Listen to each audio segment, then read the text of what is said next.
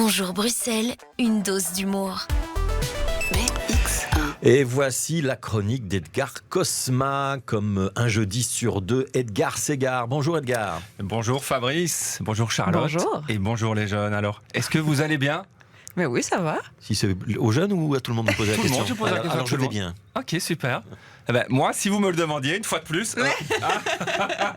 Comment ça va, Edgar? je vous dirais que moi, franchement, ça va super bien. Le seul petit bémol, c'est que le monde dans lequel je vis va super mal. Bah oui. Toujours à faire son rabat-joie, le monde, franchement.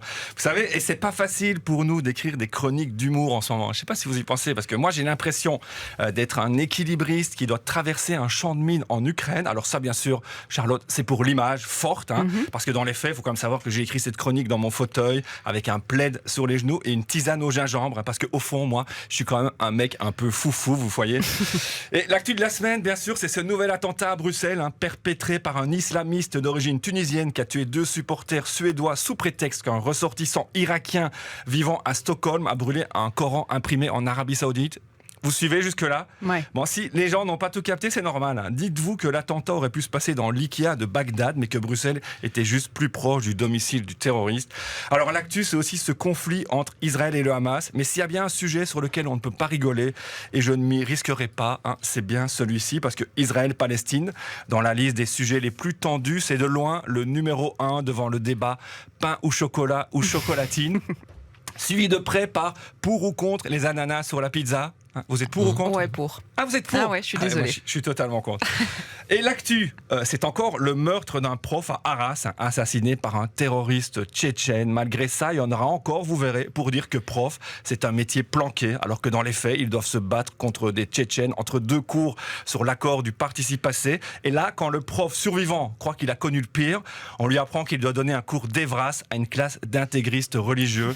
Bref, vous avez compris l'état actuel du monde. Et pour paraphraser Fabrice, dans l'un de ses élans d'optimisme, je dirais que la question n'est plus de savoir si on assiste à la fin du monde, mais plutôt quand ça va se passer. Vous l'auriez dit, Fabrice. Oh, j'aurais sûrement dit ça à un moment. Je sais pas Oui. sur quel sujet, mais J'entendais votre voix quand je disais. Alors, le rôle des humoristes n'est bien sûr pas d'empêcher cette fin du monde. Ça, de toute façon, les hommes puissants comme Biden, Macron ou même Mathieu Michel n'y arrivent pas.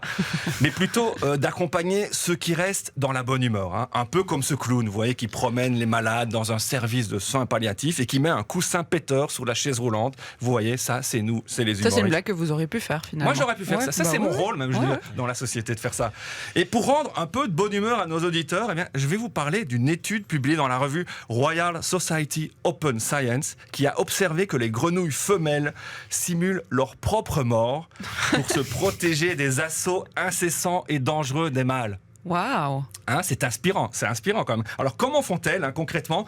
Elles adoptent une posture d'immobilité tonique en étirant leurs 4 pattes pour imiter la rigidité cadavérique. Je n'invente rien. Tout ça pour éviter les mecs. Tout ça pour éviter les assauts incessants. Parce Enfin, que pas les mecs, les crapauds. Ouais, parce que les crapauds... Bon, finalement, est-ce que c'est Et pas un d'ailleurs, peu synonyme? grenouille et crapaud, c'est 2 espèces différentes. Donc la grenouille mâle, pour être bien précis, Voilà, c'est Charlotte. ça, les grenouilles mâles. Attention. Je ne voudrais pas que vous paraphrasiez ce que Alors, dit Edgar en rentrant chez vous ce soir. On pourrait, les femelles d'espèces humaines pourraient s'en inspirer, parce que statistiquement, je trouve que c'est très malin comme comportement, parce qu'il y a certainement moins de nécrophiles que de harceleurs sexuels chez les grenouilles mâles, justement. Et je ne pensais d'ailleurs jamais dire cette phrase de ma vie, voilà qui est fait.